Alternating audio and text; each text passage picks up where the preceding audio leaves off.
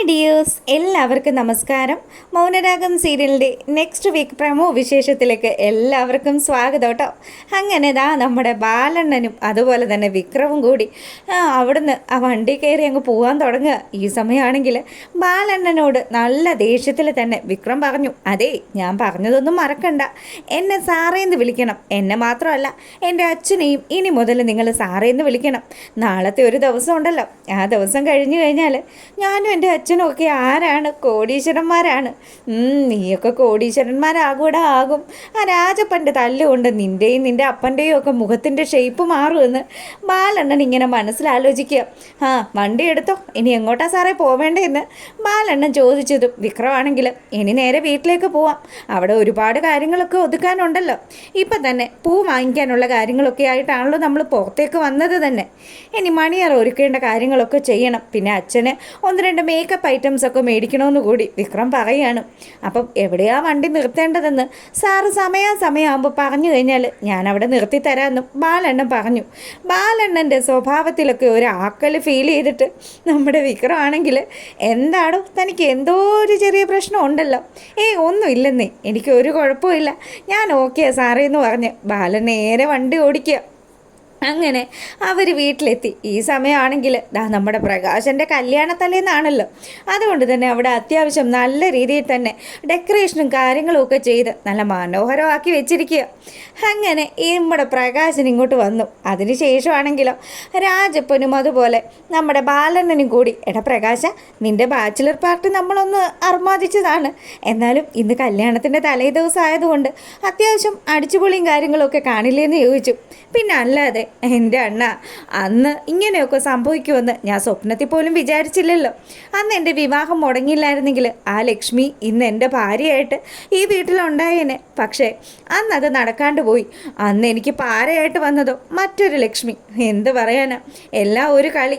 അങ്ങനെ ആ ഒരു കാര്യങ്ങൾ മുഴുവനും അവിടെ അങ്ങ് അവസാനിച്ചല്ലോ.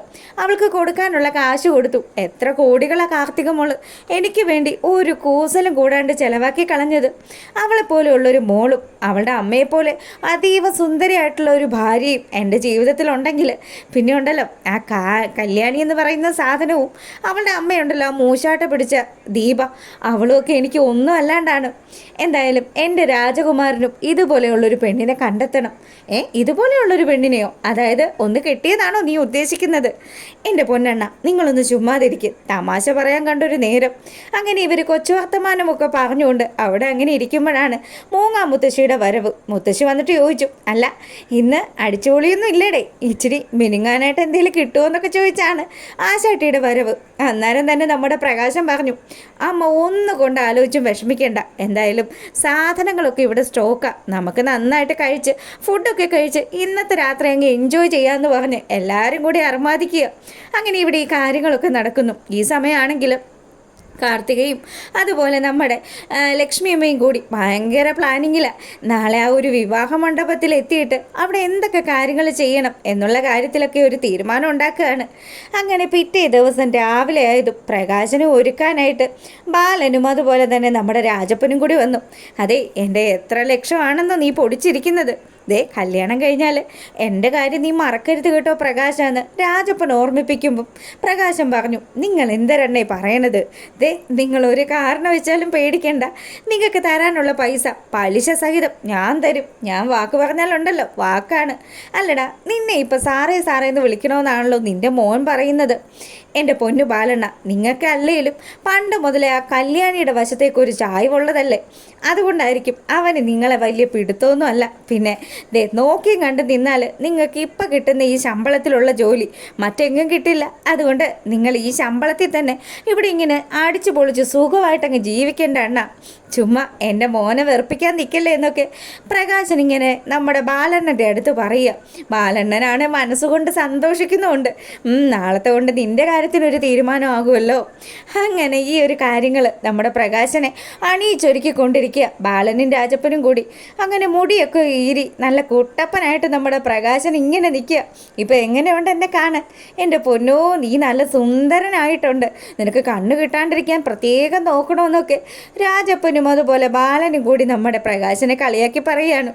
അങ്ങനെ ഇവിടെ ഈ കാര്യങ്ങൾ നടക്കുമ്പോൾ നമ്മുടെ ലക്ഷ്മിയമ്മയെ നല്ല രീതിയിൽ തന്നെ അത്യാവശ്യം സ്വർണ്ണമൊക്കെ അണിയിച്ചുകൊണ്ട് തന്നെ നമ്മുടെ കാർത്തിക ഒരുക്കുക. അപ്പം ആ ഒരു ലൊക്കേഷനിലേക്ക് നമ്മുടെ കിരണും കല്യാണിയും കൂടി എത്തി.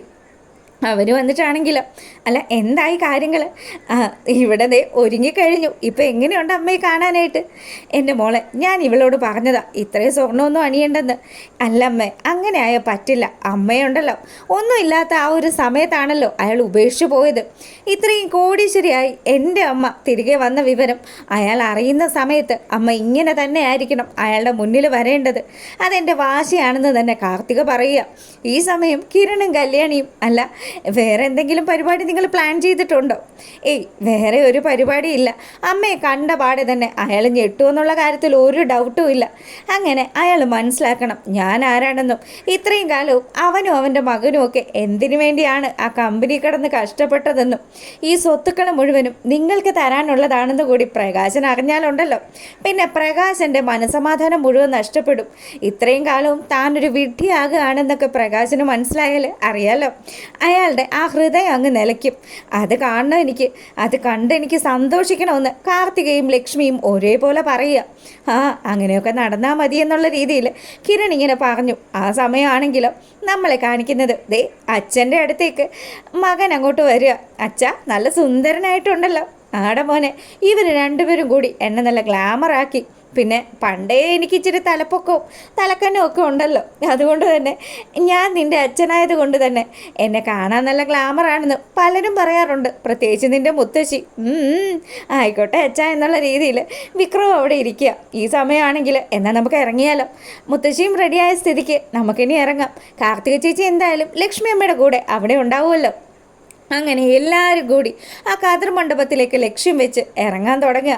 ഈ സമയമാണെങ്കിൽ നമ്മുടെ കല്യാണിയും അതുപോലെ കിരണും ഒക്കെ ലക്ഷ്മി അമ്മയുടെ ഒപ്പം അവരുടെ സന്തത സഹചാരികളായിട്ട് കൂടെ തന്നെയുണ്ട്.